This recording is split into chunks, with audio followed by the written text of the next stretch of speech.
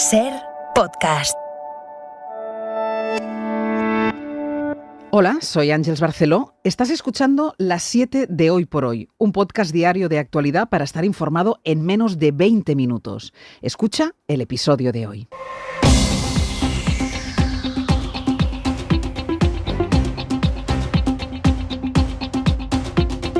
Hola, muy buenos días. Hay dos cifras que conoceremos a lo largo de este lunes y que nos van a dar la magnitud de dos problemas con los que mañana empezará el invierno.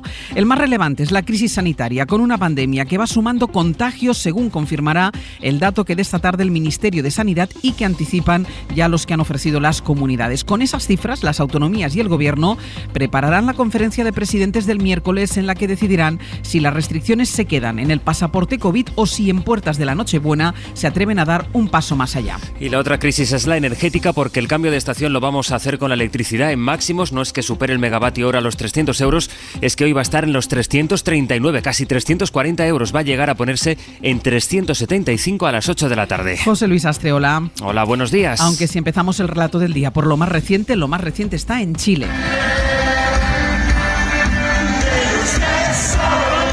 Con la victoria del candidato izquierdista Gabriel Boric, que ha obtenido el 55% de los votos en la segunda vuelta de las presidenciales, son 11 puntos de diferencia sobre su rival, el ultraderechista Juan Antonio Kast, que esta madrugada ha reconocido el gran triunfo, ha dicho, de su oponente. El todavía presidente Piñera ha llamado a Boric para felicitarlo y este se comprometía a unir el país. Voy a ser el presidente de todos los chilenos y chilenas, de quienes votaron por mí, de quienes no lo hicieron, de quienes no fueron a votar, porque creo que es importante en este momento que desde la primera magistratura seamos capaces de buscar interpretar a todo Chile.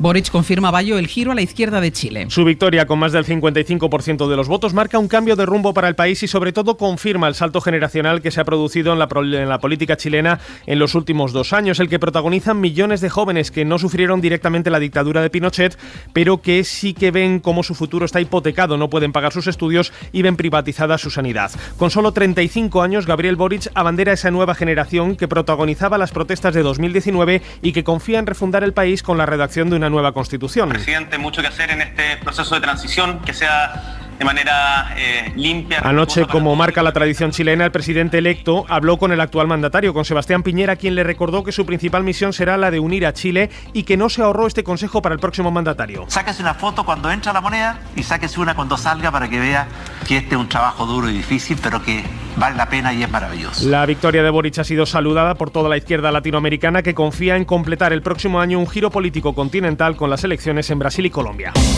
A la espera de que comprobemos si la conferencia de presidentes sirve para armonizar las medidas que aplica cada comunidad contra el virus y contra la variante Omicron, hoy Andalucía empieza a pedir el certificado de vacunación para entrar en los restaurantes. Y también desde hoy Cataluña va a obligar a guardar cuarentena a las personas que hayan sido contacto estrecho con un positivo, aunque estén vacunadas. El fin de semana ha servido para comprobar el aumento de casos en las comunidades, Enrique García. Que ha disparado la incidencia en Euskadi con 1.156 puntos. Esta comunidad tiene ahora mismo la tasa de incidencia más alta desde que empezó la pandemia. Suben los positivos en La Rioja, Canarias lleva 5 días superando los 1.000, Madrid comenzó el fin de semana con los contagios disparados, más de 8.000 en 24 horas, ayer bajaron a casi 4.000 y Andalucía está ya en riesgo alto. Preocupan además las UCI en territorios como Cataluña, allí hay un 25% de ocupación de pacientes con COVID y desde el viernes también ha subido la presión en cuidados intensivos en Madrid y en Baleares. A Pablo Casado la comparecencia de Pedro Sánchez para anunciar la conferencia de presidentes le parece mucho ruido y pocas nueces. El líder del PP dice que no va a dejarse amordazar porque le acusan ahora de generar crispación con su discurso. Porque nunca en España había habido un gobierno más radical que el que hay ahora. Nunca. Nunca jamás el Partido Socialista había pactado en el gobierno de España con Podemos. Nunca. Un partido, por ejemplo, que defiende que las dictaduras de Venezuela, las dictaduras de Nicaragua y las dictaduras de Cuba son una referencia de libertades y de progreso. Le contestaba Pedro Sánchez en el Congreso que celebró ayer el PSC. No paran de insultar, ¿no? Pero yo creo que de nuevo, en este momento tan trascendental, tan serio que está viviendo la sociedad española, me gustaría volver a pedirle a la oposición, no que apoye al gobierno de España, pero que apoye a su país, que eche una mano a su país. Y ahora estamos pidiendo a la oposición un mínimo de urbanidad, un un mínimo de respeto y de buena educación. Y más allá de lo político, en la isla de La Palma empieza una semana relevante porque los científicos tienen que comprobar si estamos ante el final de la erupción del volcán, de la que se han cumplido ya 3 meses. Canarias, Pedro Murillo, buenos días. Buenos días. Podría darse por finalizada esa erupción en 6 días si se mantienen los niveles. Los científicos corroboran los signos de agotamiento del proceso eruptivo, aunque no es descartable un nuevo repunte de actividad y de emisión de coladas. La emisión visible de gases volcánicos ahora mismo es puntual y esporádica, concentrándose en los centros eruptivos y en los jameos de los tubos volcánicos. Es lunes, es 20 de diciembre. Sonia Palomino, buenos días. Buenos días. A ver, ¿vosotros cuánto pagaríais por la camiseta o la gorra de vuestro mayor ídolo? Yo no, sí, bueno, yo no mucho, ¿eh? Nada, ¿no? No, no pagaríais nada. La verdad es que no. Ni siquiera por algo de Maradona, tampoco. No. Bueno, un poquillo sí, ahí sí. Un poquillo. Bueno. Sí, bueno. Sí. A ver, ya sabéis que por Maradona hay auténtica locura, incluso después de su muerte. Y este domingo se ha celebrado una subasta con objetos personales del futbolista y sus fans han pagado hasta 500 euros por una gorra que les regaló Nicolás Maduro o 2.800 por un par de camisetas. Esta es una iniciativa de los hijos del ídolo argentino, pero, a ver, no es un gesto de generosidad, sino más bien que sus hijos querían quitarse un poco de lastre, deshacerse de bienes que más que beneficios les estaban produciendo gastos, aunque la operación les ha salido regular, porque había coches, incluso una casa, una villa valorada en casi 1 millón de euros que no han conseguido vender. Bueno, vamos a empezar la penúltima semana del año, con tiempo revuelto en buena parte del país, ¿no, Sonia? Sí, una semana que nos va a traer lluvias que hoy de momento se quedan en el oeste de la península, sobre todo en Extremadura y en Castilla y León y Galicia, y de forma más intermitente en zonas de Andalucía como Huelva. Ese frente va a hacer también que bajen las temperaturas. En el resto del país la situación se mantiene hoy más parecida a la de ayer.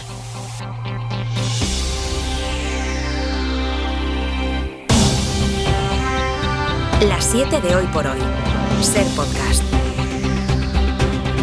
El miércoles sabremos con certeza qué medidas o qué recomendaciones acuerdan Gobierno y comunidades autónomas para frenar la nueva ola de COVID aquí en España. Veremos si miran hacia nuestros vecinos europeos para seguir el ejemplo, porque en el continente las restricciones se han ido endureciendo durante el fin de semana y la palabra confinamiento resuena ya en algunos parlamentos, Sonia.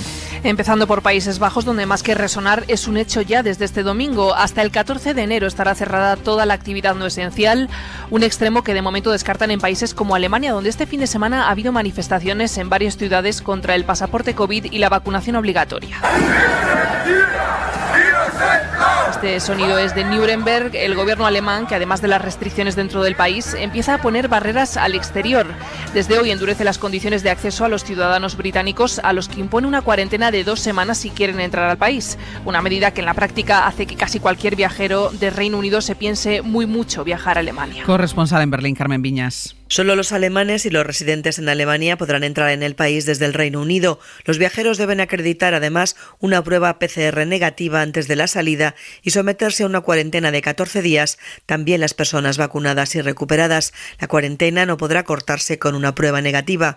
El gobierno alemán ha decidido incluir a Gran Bretaña en el listado de zonas con variantes de virus, la categoría de mayor riesgo de coronavirus, hasta el 3 de enero de 2022. Sin embargo, el Instituto Robert Koch, la Agencia Federal para el Control y la Prevención de Enfermedades, no descarta una prórroga. Se trata de una drástica medida adoptada por el gobierno alemán para protegerse de la rápida propagación de la variante Omicron, que ya representa el 60% de los casos detectados en el Reino Unido. Reino Unido, donde el gobierno no descarta imponer más restricciones antes de Navidad, Bayo. Con más de 82.000 contagios este domingo, al ministro británico de Salud le preguntaban ayer en la BBC si su gobierno, el de Boris Johnson, no se plantea imponer nuevas restricciones antes de las Navidades.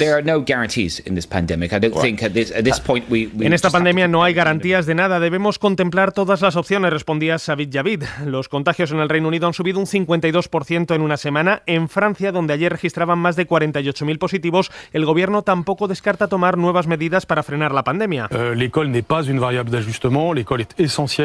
escuela no es una variable, es esencial y su cierre es lo último que deseamos, decía ayer el ministro de Educación, Jean-Michel Blanquer, sin cerrar la puerta a esa medida. En Italia también barajan nuevas opciones para para tratar de frenar el auge del coronavirus, mientras en Alemania esta madrugada registran una cifra bastante menor a la de la semana pasada en el número de contagios, lo cual hace pensar que la pandemia puede estar empezando a remitir allí. Aquí en España la clave de los próximos pasos a dar frente a la pandemia está en la reunión que mantendrán el miércoles Gobierno y comunidades autónomas, y frente al discurso del PP que mantiene que hay que aprobar una ley de pandemias. Hay presidentes autonómicos como la madrileña Díaz Ayuso que descarta tomar ningún tipo de medida. Radio Madrid, Joan Jimeno, buenos días. Buenos días. Precaución, vacunación masiva y sin cierres ni más prohibiciones. Es el mensaje de Isabel Díaz Ayuso y la postura que llevará Madrid a la conferencia de presidentes del miércoles. Ayuso se justifica diciendo que la variante Omicron no es como las anteriores, dice, haciendo referencia a que provoca menos ingresos en los hospitales, por lo que no hacen falta más medidas, según la presidenta de la Comunidad de Madrid. En las últimas 24 horas, Madrid ha triplicado el número de nuevos contagios con respecto al mismo día comparable de la semana pasada, y la presión asistencial en los hospitales ha crecido un 15%. Lo cierto es que viendo los datos de los últimos días y la expansión de la variante Omicron da la sensación de que llegamos tarde. Solo otro ejemplo, en Euskadi, nuevo récord de contagios este domingo y un aumento considerable de ingresos en los hospitales. Bilbao, Isabel León, Egunon. ¿Qué tal, Egunon? Llevamos 11 semanas consecutivas de ascenso. Otra vez estamos en los casi 2.000 contagios diarios en un solo día. 345 personas están ingresadas, 106 de ellas en la UCI, y a día de hoy hay casi 400 aulas cerradas por algún tipo de brote. De ahí que padres y madres estén en esta semana previa a la Navidad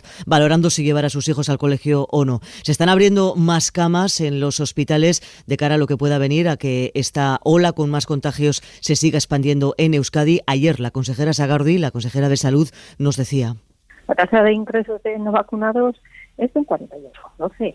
Es que es lógico. Lo que ocurre es que tenemos el 90% de la población vacunada. Pero lo llevamos diciendo semanas y semanas, que es claro y evidente que la vacuna es una buena herramienta para prevenir. Y que caduca, por eso es necesario seguir respondiendo, decía, al llamamiento. De cara a la cita del miércoles no ha querido adelantarse al Lehendakari, prefiere esperar al planteamiento de Sánchez, aunque aquí son partidarios de ser más restrictivos, empezando por la mascarilla obligatoria en la calle.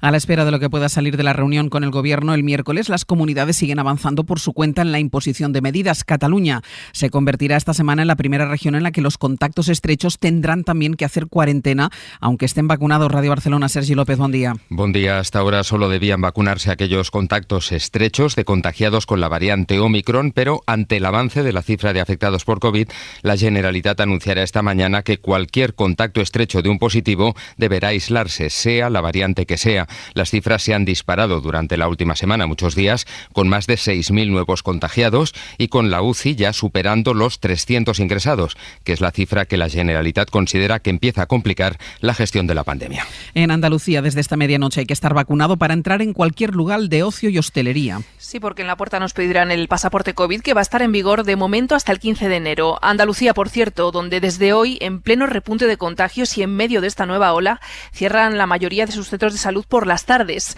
No es una medida nueva, se viene haciendo desde hace algunos años, pero coincide además con el despido de 8.000 sanitarios hace solo un mes. Andalucía, Elena Carazo, buenos días. Buenos días, sí. El motivo, las vacaciones de los sanitarios. Desde el Sindicato Médico de Sevilla citan en 1.000 profesionales los que harían falta para cubrir las carencias, mientras que desde el Sindicato de Enfermería SACHE denuncia que se están pidiendo a profesionales que doblen turnos porque esta situación coincide además con la vacunación infantil contra la COVID. Rafael Ojeda y Reyes Zavala. No hay personal suficiente para tener abiertos los centros por la tarde. Es un debate que a mí me parece un poco artificial, porque lo que hace es ocultar el verdadero debate importante, que es el de la falta de médicos. Y ayer mismo estaban pidiendo un SOS profesionales para que de manera voluntaria y doblando turnos fueran a vacunar a la atención primaria. El SAS argumenta la imposibilidad de contratar enfermeros y médicos por falta de profesionales en bolsa para cubrir las vacaciones navideñas. Y sobre las secuelas que deja el coronavirus a largo plazo, un nuevo estudio del Hospital de la Fe de Valencia precisa los daños que sufren los pacientes ingresados por la enfermedad. Un año después de haber estado en el hospital, estas personas sufren deterioro cognitivo y psiquiátrico. Radio Valencia, Natalens, buen día. Buen día. Según este estudio, los pacientes sufren secuelas un año después, como pérdida de memoria y de la fluidez verbal, además de estrés y depresión, lo que empeora sin duda su calidad de vida. El neumólogo Raúl Méndez, que es autor del estudio, reconoce que todavía no somos conscientes de las secuelas del COVID a más largo plazo. Por eso reclama que diseñen políticas sanitarias para abordar los problemas y ofrecer a los pacientes un enfoque multidisciplinar que incluya la rehabilitación neurocognitiva, la evaluación y los tratamientos psiquiátricos. Es decir, estamos demandando recursos para realizar un seguimiento correctamente, porque sabemos que es un volumen de pacientes muy importante, pero una asistencia sanitaria correcta para ellos implicaría un seguimiento multidisciplinar. El estudio lo ha realizado la FE en colaboración con psiquiatras de la Universidad de Valencia. Las 7 de Hoy por Hoy.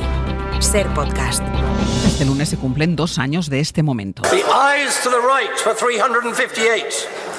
The nose to the left were 234. So the eyes have it. The eyes have it. 2 años desde que el Parlamento británico aprobó el Brexit, el aniversario llega en un momento muy delicado para Boris Johnson, al que le ha dimitido el hombre que se encargó de negociar con la Unión Europea la ruptura, la salida del Reino Unido del club comunitario.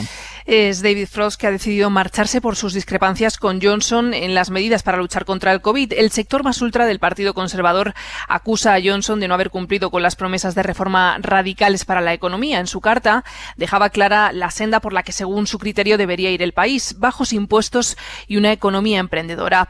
A Frost lo va a sustituir la ministra de Asuntos Exteriores, Liz Truss, que será la encargada de afrontar las negociaciones de un asunto muy complicado, como es el protocolo para Irlanda del Norte con la Unión Europea. Y mientras ahí en la Unión Europea están tratando de reconducir el desastre de la última cumbre, los 27 fueron incapaces de llegar a un acuerdo sobre cómo atajar la crisis energética que castiga a todo el continente, y el presidente del Parlamento Europeo ha mostrado su enfado por esta falta de consenso, tanto para abordar el problema de la energía como para establecer una estrategia común contra el COVID. Con él ha hablado la corresponsal comunitaria de la SER, Griselda Pastor. 48 horas después de esa inédita cumbre sin avances concretos, llega la crítica del Parlamento Europeo. Questo è il sintomo di un'Europa che non ha deciso di rafforzare. Estamos ante el símbolo de una Europa que no ha decidido reforzar la política sanitaria y que, por tanto, no puede intervenir con decisión sobre los 27 países europeos. Dice David Sassoli, el presidente del Europarlamento cree que los gobiernos están poniendo a prueba el futuro. Questo è un vulnus enorme. Es una fragilidad enorme porque evidentemente permite a cada uno sacar sus propias iniciativas. Assumere iniziative. Sassoli pide una reflexión rápida. Siamo molto in ritardo. Ecco, credo che i governi, il Consiglio Vamos muy tarde, los gobiernos deben reflexionar, porque si vuelven los conflictos nacionales, Europa puede tener problemas con la respuesta al COVID. Y una de las anotaciones en la agenda del día: dentro de nada, antes de las 9 de la mañana, toma posesión el nuevo ministro de Educación, Joan Subirats. María Manjabacas. Ahora, poco habitual, a las 9 menos 20 de la mañana, el nuevo ministro de Universidades prometerá su cargo ante el rey Felipe VI, en presencia del presidente del Gobierno, Pedro Sánchez, y con la ministra de Justicia, Pilar Llop, actuando como notaria mayor del reino para dar fe de lo que ocurre en el Palacio de la Zarzuela. Acto de apenas unos minutos que se desarrolla, como siempre, en el Salón de Audiencias, donde se instala la mesa con la Constitución sobre la que promete el cargo Joan Subirats. Después, a las 5 de la tarde, en el Ministerio de Universidades, se producirá el habitual traspaso de carteras. Suscríbete a Las 7 de Hoy por Hoy. Todos los episodios y contenidos adicionales en la app de Cadena SER y en nuestros canales de Apple Podcast, Spotify, iVoox, Google Podcast y YouTube. Escúchanos en directo en la SER de lunes a viernes a las 7 de la mañana. Cadena SER. La radio.